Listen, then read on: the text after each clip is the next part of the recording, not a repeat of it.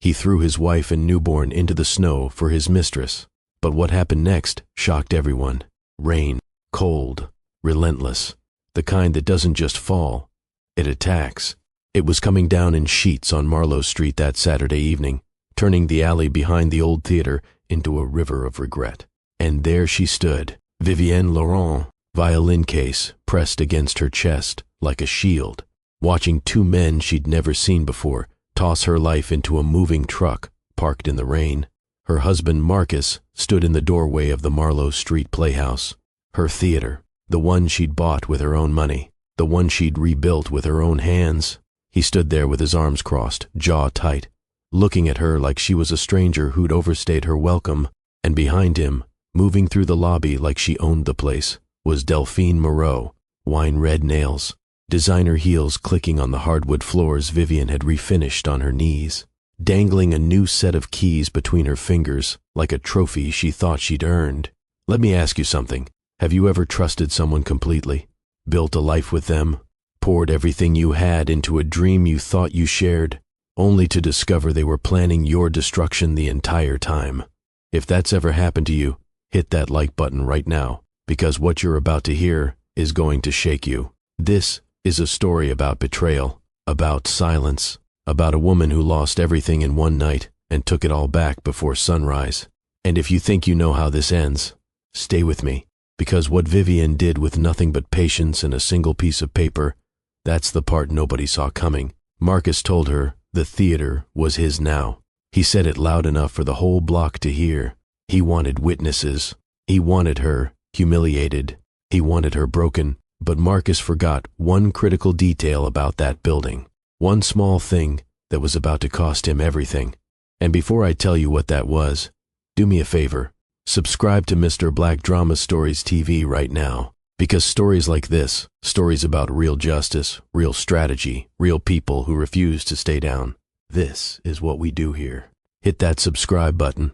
You're going to want to see how this ends. Now, let me take you back, because you need to understand how we got here. You need to see what Vivienne built. You need to feel what she lost, so you can understand the fire that was about to come. 5 years earlier, downtown arts fundraiser, marble floors, crystal chandeliers, the kind of event where everyone's dressed like they have somewhere more important to be.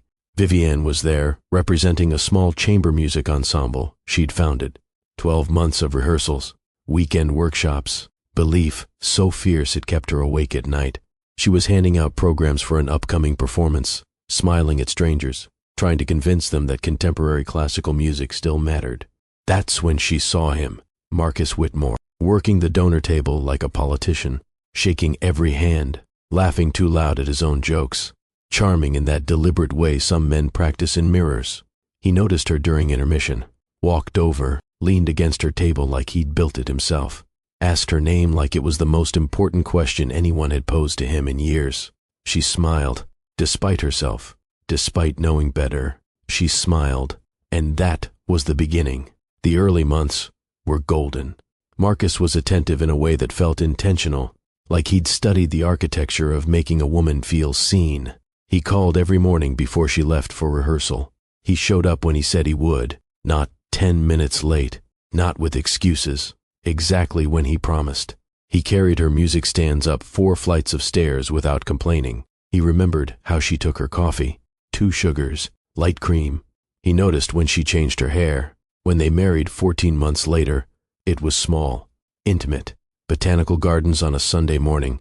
Vivienne wore her grandmother's pearl earrings and carried wildflowers she'd gathered herself that morning. She said she didn't need expensive arrangements to feel beautiful.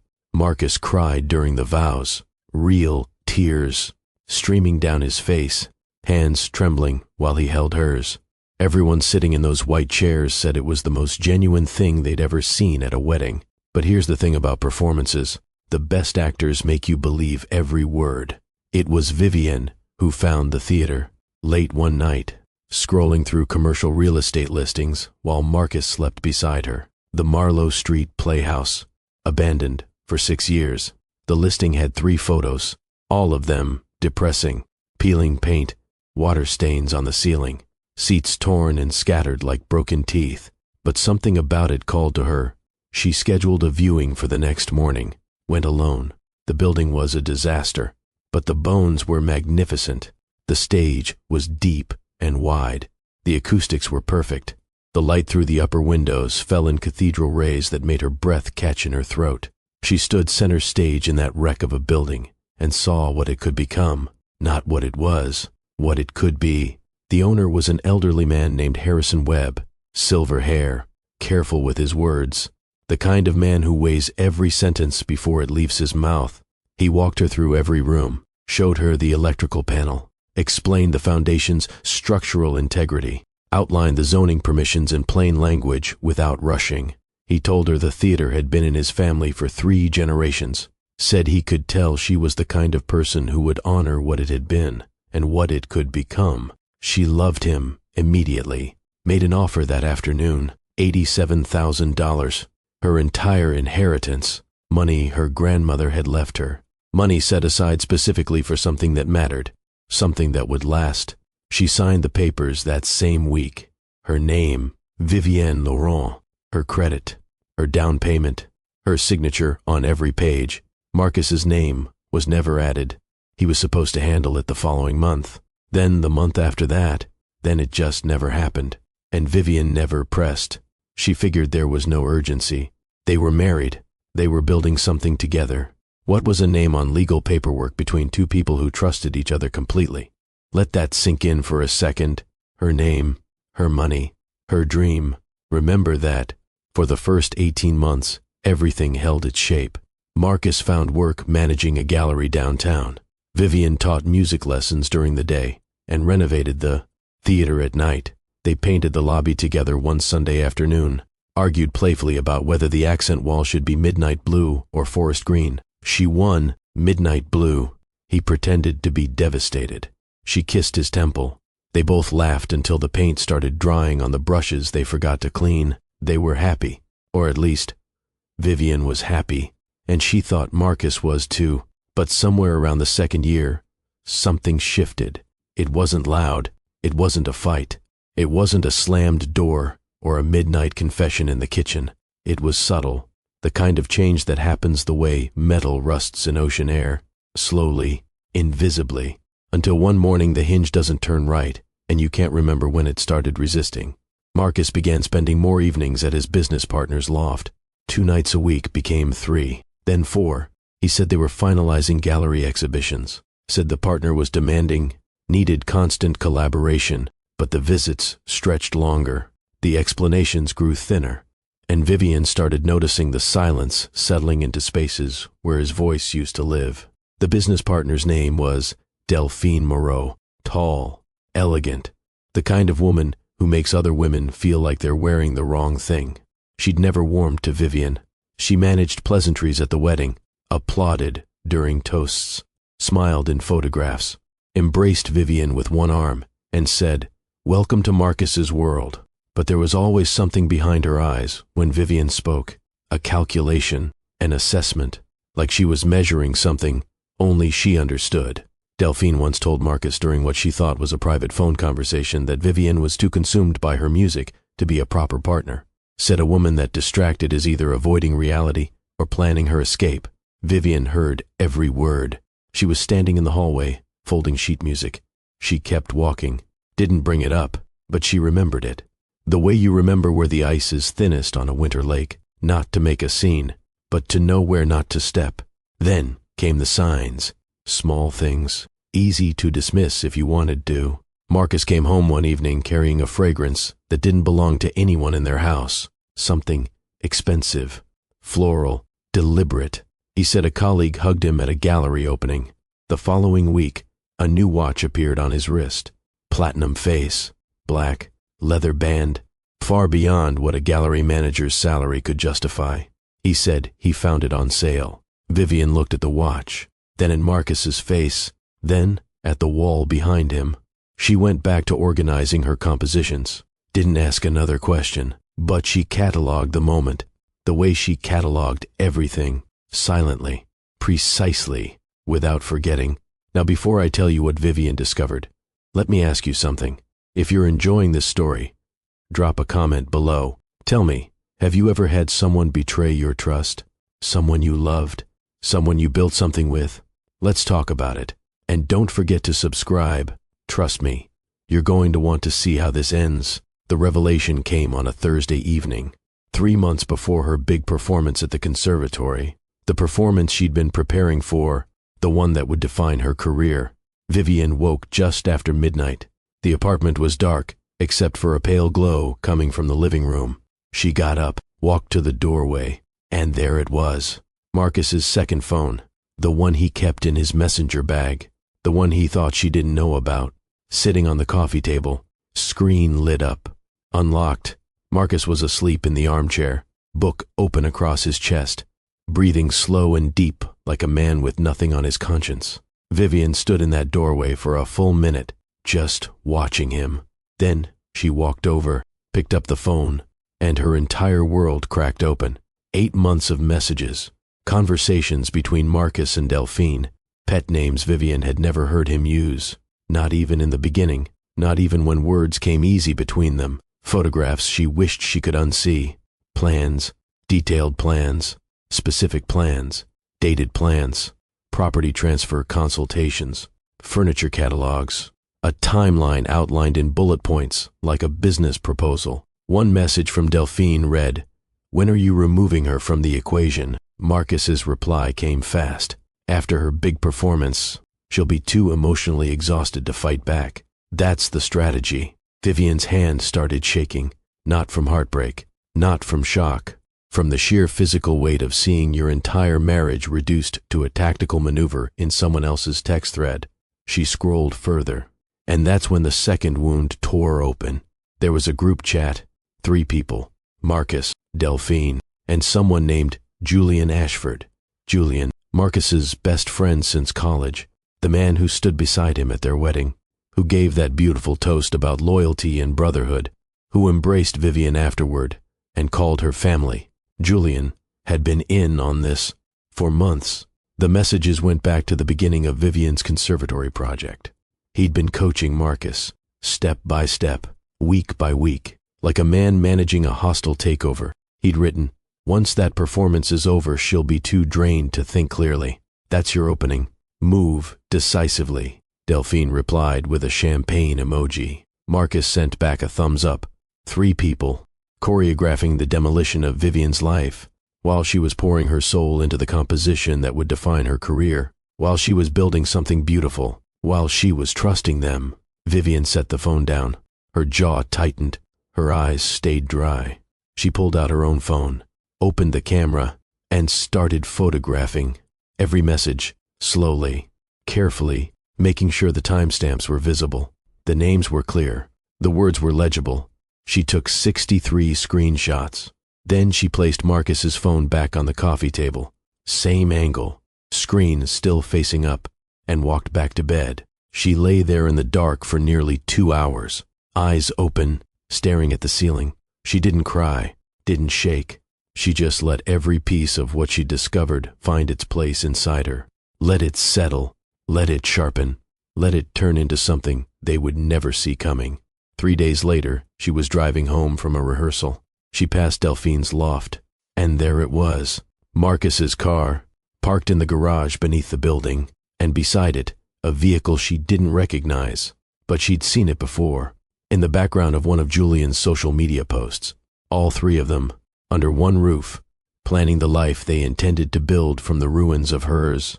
Vivian didn't stop. She drove home, pulled into her parking space, turned off the engine, and sat there, both hands on the steering wheel, for 12 full minutes. Then she opened the glove compartment, pulled out a leather portfolio, the one with the original deed for the Marlowe Street Playhouse. She opened it, ran her thumb along the edge of the first page. Her name, Vivienne Laurent. Her signature, her down payment, $87,000. Every line, every date, every initial, hers. She whispered something to herself. One sentence, barely loud enough to disturb the air inside that car. But whatever she said that night, sitting alone in that parking garage with the deed in her lap and her future pressing against her chest, it anchored something so deep inside her that nothing that came after could shake it loose. She put the portfolio back, locked the car, went inside, and started building a plan nobody would see until it was too late. The next morning, Vivian called her college roommate, Simone, from the parking lot of a music shop 2 miles from the theater. She told her everything. She didn't cry, didn't raise her voice. She laid it out like a woman reading from a legal brief. Names, dates, messages, screenshots, patterns. Simone listened, didn't interrupt. When Vivian finished, the line stayed quiet for a long moment. Then Simone said, "What do you need from me?" Vivian's response was instant, not sympathy, strategy. Over the next 12 weeks, Vivian moved through her life like a woman building a structure nobody else could see. She visited a law office during her lunch break, sat across from an attorney named Miriam Chen, sharp eyes, compassionate voice, desk organized like a military operation. Miriam listened to everything, reviewed the screenshots, examined the deed, and then she said the words that would change everything. "The deed for the Marlowe Street Playhouse is in your name exclusively. Marcus was never added. He's not a CO owner. He's not a legal partner in the property. Technically, he's a guest, an authorized occupant by your permission, nothing more. As the sole property owner, you have every right to revoke that permission, and you have every right to address unauthorized occupancy through proper legal channels." Vivian nodded once, didn't write anything down, didn't need to. She began dividing her world into 2 categories: critical documents, birth certificate, deed, financial records. Every screenshot from Marcus's phone, all of it went into a sealed envelope, stored at Simone's apartment, in a safe beneath the guest room bed. Everything else stayed exactly where Marcus expected it. She didn't move a photograph, didn't shift a music stand, didn't pack a single bag. She kept living inside the marriage, like a woman who suspected absolutely nothing. She cooked Marcus's meals, asked about his day with the same gentle curiosity she'd always shown, smiled when he came home late, when he said he'd been at the gallery helping Delphine prepare for an exhibition that both of them knew didn't exist. She smiled, kissed his cheek, asked if he wanted tea. One evening, Delphine called the theater. Vivian answered, and instead of coldness, instead of confrontation, Vivian asked about Delphine's upcoming projects, asked if she'd seen the new sculpture installation downtown, said she'd been meaning to visit Delphine's loft to see her art collection, asked if she could stop by sometime.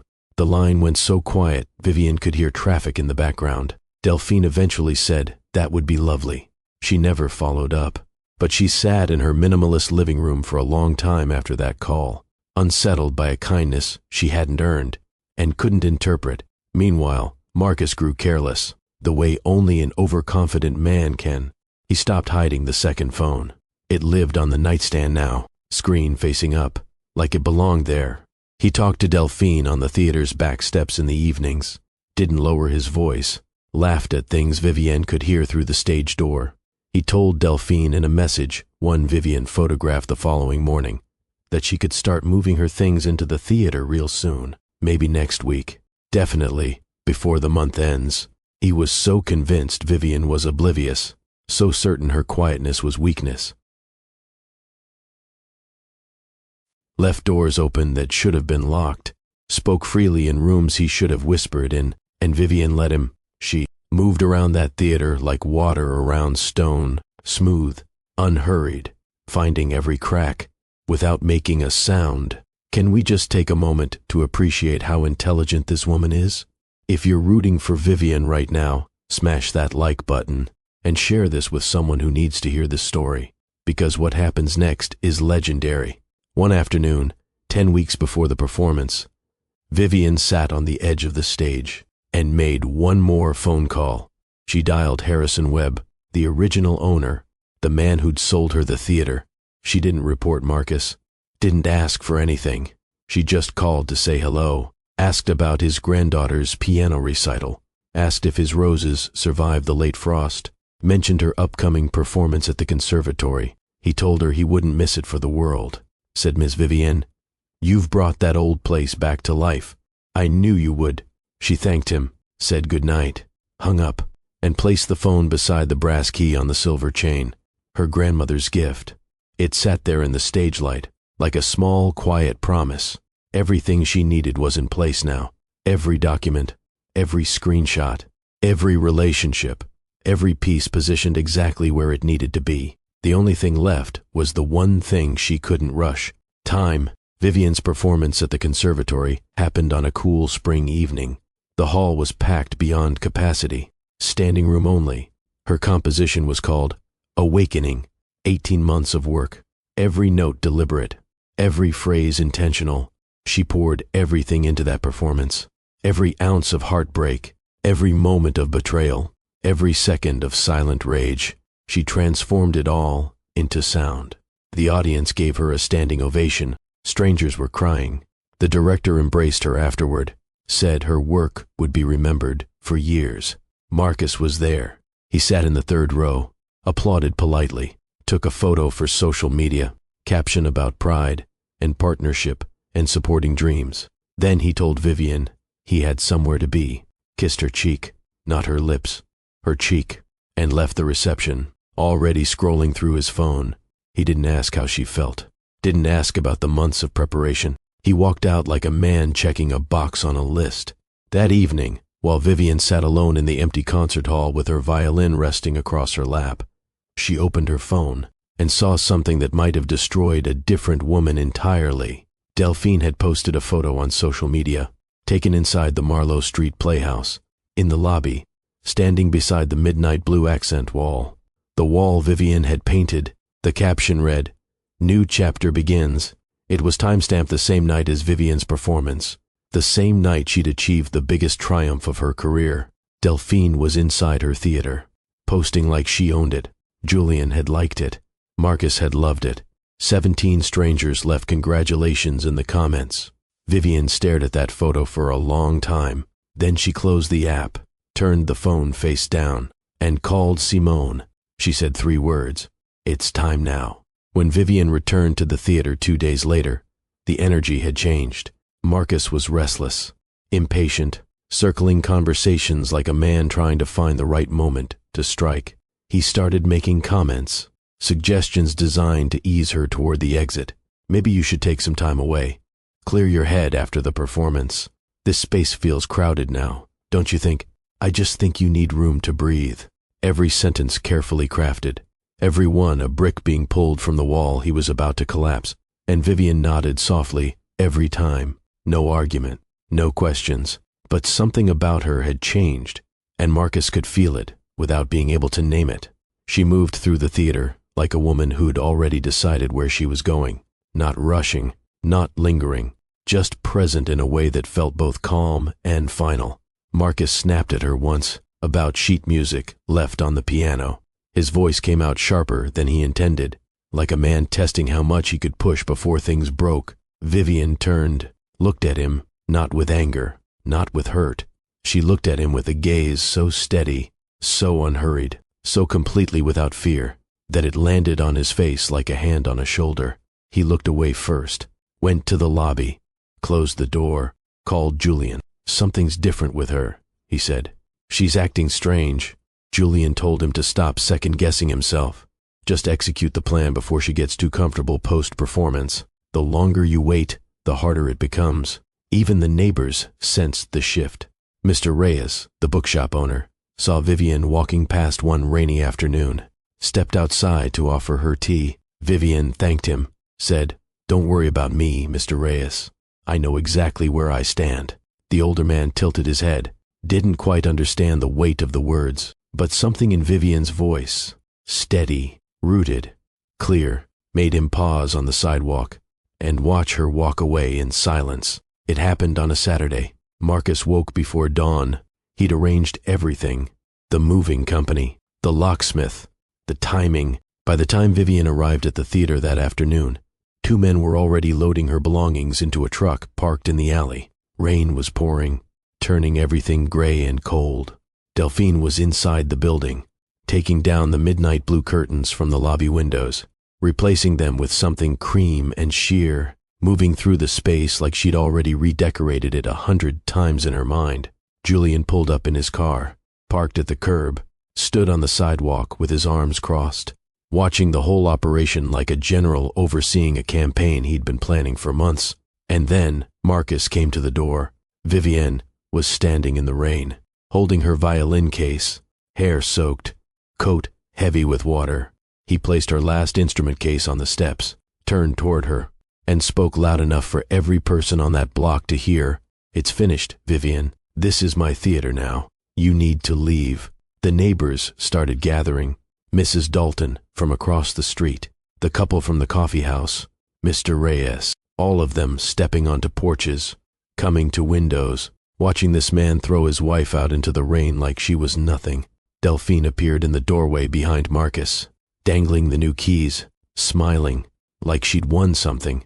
Julian stood on the sidewalk, arms still crossed, smug, confident, certain this was already over. And Vivienne, she just stood there, rain streaming down her face, holding that violin case against her chest, silent, completely silent. Her eyes were dry, her expression was calm, and there was something in her stillness that made the air feel electric. Then she reached into her coat pocket, pulled out her phone, and with the steadiest hand you've ever seen, she made a call. "Mr. Webb," she said quietly. "It's Vivienne. I need you to confirm something for the authorities, please." "Yes, the deed, my name only. Thank you." She ended the call. Marcus's face started to change, confusion flickering across it. And then Vivienne dialed another number. "Miriam," she said, "it's time." Within the hour, everything changed. A police car pulled up, lights flashing. Then another car. A woman stepped out, Miriam Chen, attorney at law, carrying a leather briefcase and a rolled document. The neighbors moved closer, watching, waiting, sensing something big was about to happen. Miriam walked straight to Marcus, calm, professional, unflinching. She said, "Mr. Whitmore, you are currently occupying private property without legal authorization. Vivienne Laurent is the sole owner of this building. You have 60 seconds to exit the premises voluntarily, or you will be removed." Marcus laughed, actually laughed, like it was a joke. He said, "This is my theater. We're married. It's ours." Miriam opened her briefcase, pulled out the deed, held it up for everyone to see. She said, "Your name does not appear anywhere on this document. You are not a CO owner.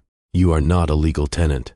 You are a guest whose permission has been revoked. You are trespassing." The color drained from Marcus's face. Delphine stepped forward, keys still in her hand. She said, "He told me this was his theater." Miriam turned to her, expression unchanged, and said 2 words that echoed down that entire block. "He lied." Julian tried to intervene, started talking about verbal agreements, partnerships, promises. Miriam didn't even look at him. She pulled out her phone, started scrolling. Then she turned the screen toward the police officer, showed him the screenshots, every message, every plan, every piece of the conspiracy, evidence of premeditated fraud, evidence of intent to illegally seize property. The officer looked at Marcus, then at Julian, then at Delphine, and he said, "All 3 of you need to step away from this building, now." The crowd that had gathered stood in stunned silence. Mrs. Dalton had her hand over her mouth. Mr. Reyes was shaking his head. The coffeehouse couple were holding each other, watching justice happen in real time. Marcus tried to argue, started raising his voice. The officer cut him off. "Sir, you need to leave, or you will be arrested for trespassing." Delphine dropped the keys, right there on the wet pavement, and backed away, like the metal had burned her. Julian turned, started walking to his car, didn't say a word, didn't look back. And Marcus, he stood there, rain soaking through his jacket, staring at Vivienne like he was seeing her for the first time, like he'd just realized he never knew her at all. Vivienne walked past all of them, calm, steady. She reached into her coat and pulled out a brass key, the one on the silver chain, her grandmother's gift. The key Marcus never knew about, the secondary entrance written into the original deed, the entrance only the property owner could access. She unlocked the side door, stepped inside, and closed it behind her, locked it. The sound echoed like a gavel in a courtroom. She walked through the theater, her theater, past the midnight blue accent wall, past the stage she'd rebuilt, past every corner she'd poured herself into. She climbed the steps, stood center stage, and for the first time in months, she let herself breathe. The rain drummed against the roof, like applause, like the standing ovation she deserved, but never got from him. If you felt that satisfaction in your soul, hit that subscribe button right now, because stories like this don't come around every day. Drop a comment. What would you have done in Vivian's position? Let's talk about it. Vivian pulled out her phone, opened her email, and started sending.